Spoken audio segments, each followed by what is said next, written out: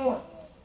For I am come to set a man at variance. He said, my journey, my mission is to come here and set a man against his father. His father.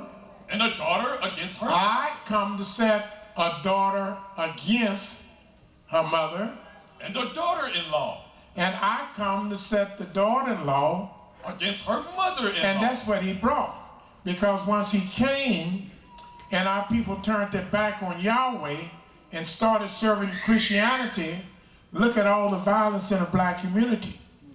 All this violence in the black community is a direct result of you and I turning our backs on the Creator.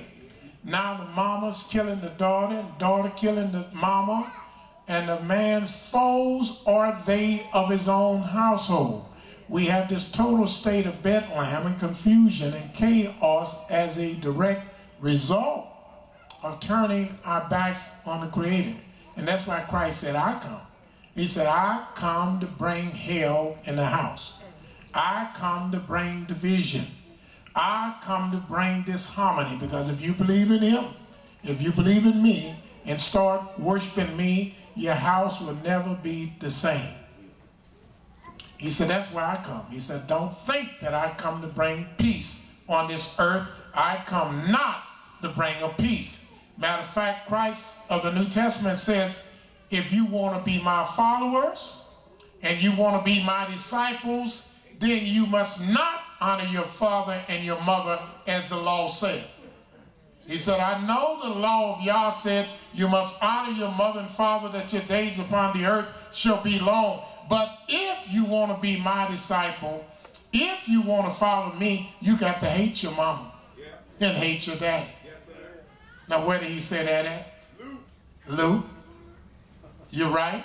What chapter? 14th chapter. Let's go there.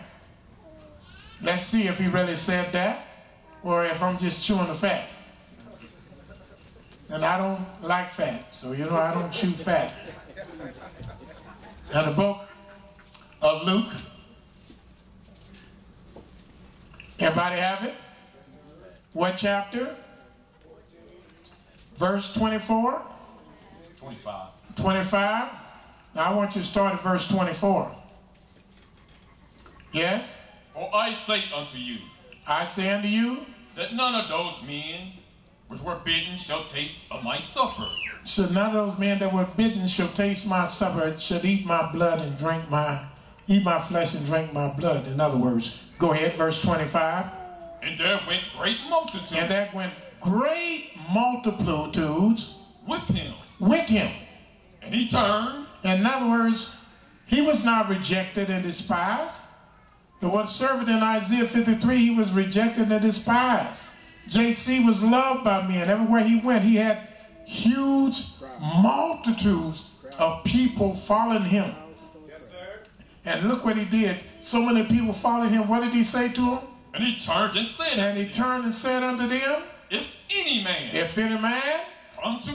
come to me, and hate not his father, and don't hate his father, and mother, and don't hate his mother, and wife, and don't hate his wife, and children, and don't hate his children, and brethren, and don't hate his brethren, and sisters, and don't hate his sisters, yea, and his own life, and if the fool don't even hate his own self, he cannot be my disciple.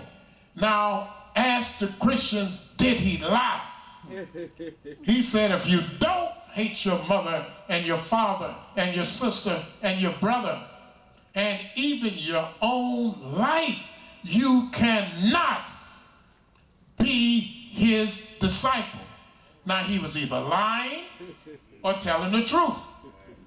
Now, if he was lying, then we don't need to read nothing else about him. No need to follow him, because he's a liar. And if he's telling the truth, then that means that these Christians are a hypocrite if they don't hate their parents, don't hate their children, don't hate their brothers and fathers, because he said that's what you must do. Read that again. If any man come to me and hate not his father and mother and wife and children and brethren and sisters yea, and his own life also. He cannot be my disciple. He cannot be my disciple. No wonder he said, I come not to bring peace to the earth. No wonder he said, I came to separate people. That's a doctrine that did. Now, as you examine the Holy Scriptures, that's commonly called the Old Testament, I will assure you, you will not find one thing in the Old Testament that will remotely suggest that you dishonor your parents for any reason whatsoever. The Almighty has no law. The Almighty has no prophet speaking in any form suggesting that you have a reason to disrespect your parents. You don't. He never gave it to you. People call me and ask me all kind of point-blank questions, and I give them point-blank answers. Man called me and said, man, I've been talking to Israelite leaders, and none of them won't answer this question. I said, well, what is it? He said, you busy? I said, I got enough time to answer your question. He said, man, I got a job that's on the Sabbath.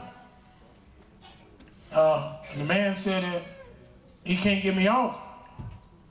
And if I don't work, I can't feed my family. Should I take the job? I said, none of them couldn't answer that.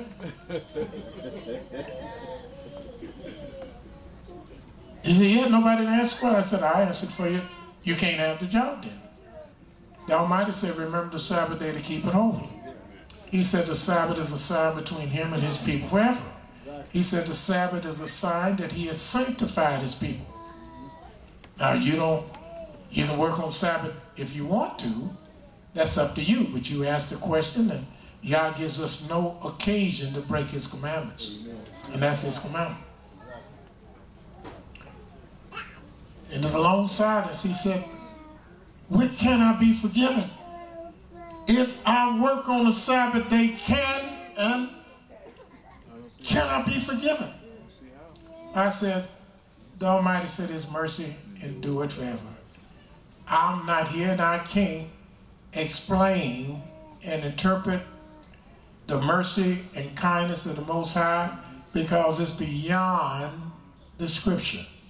His mercy is beyond describing. I can't explain to you his mercy.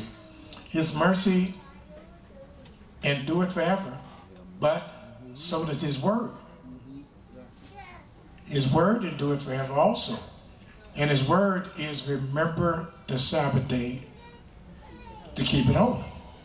I don't know if he will forgive you, but he has the capacity to forgive you. But I'm not going to put myself in his stead and say if he'll forgive you or not, but I will tell you you'll break the law if you do work on the Sabbath day.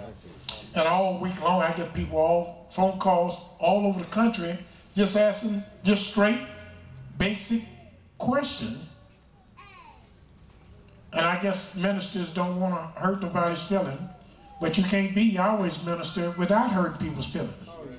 Because I intend on hurting y'all before y'all walk out of here. I'm going to hurt a bunch of y'all in here. So get ready for it. Right now it's Yah's time because it's Sabbath, but as soon as the Sabbath is over, then I can take care of some personal business. But right now, let's get with Yahweh's time right now. And when on his time, it ain't got nothing to do with Elesha.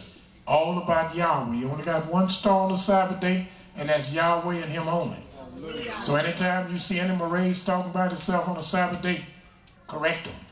And say, baby, that's Yahweh's time. You won't. Yours don't start until after dark. When it gets black, then your time starts. But right now, it's Yah's time. All day long. It's his time. All day long.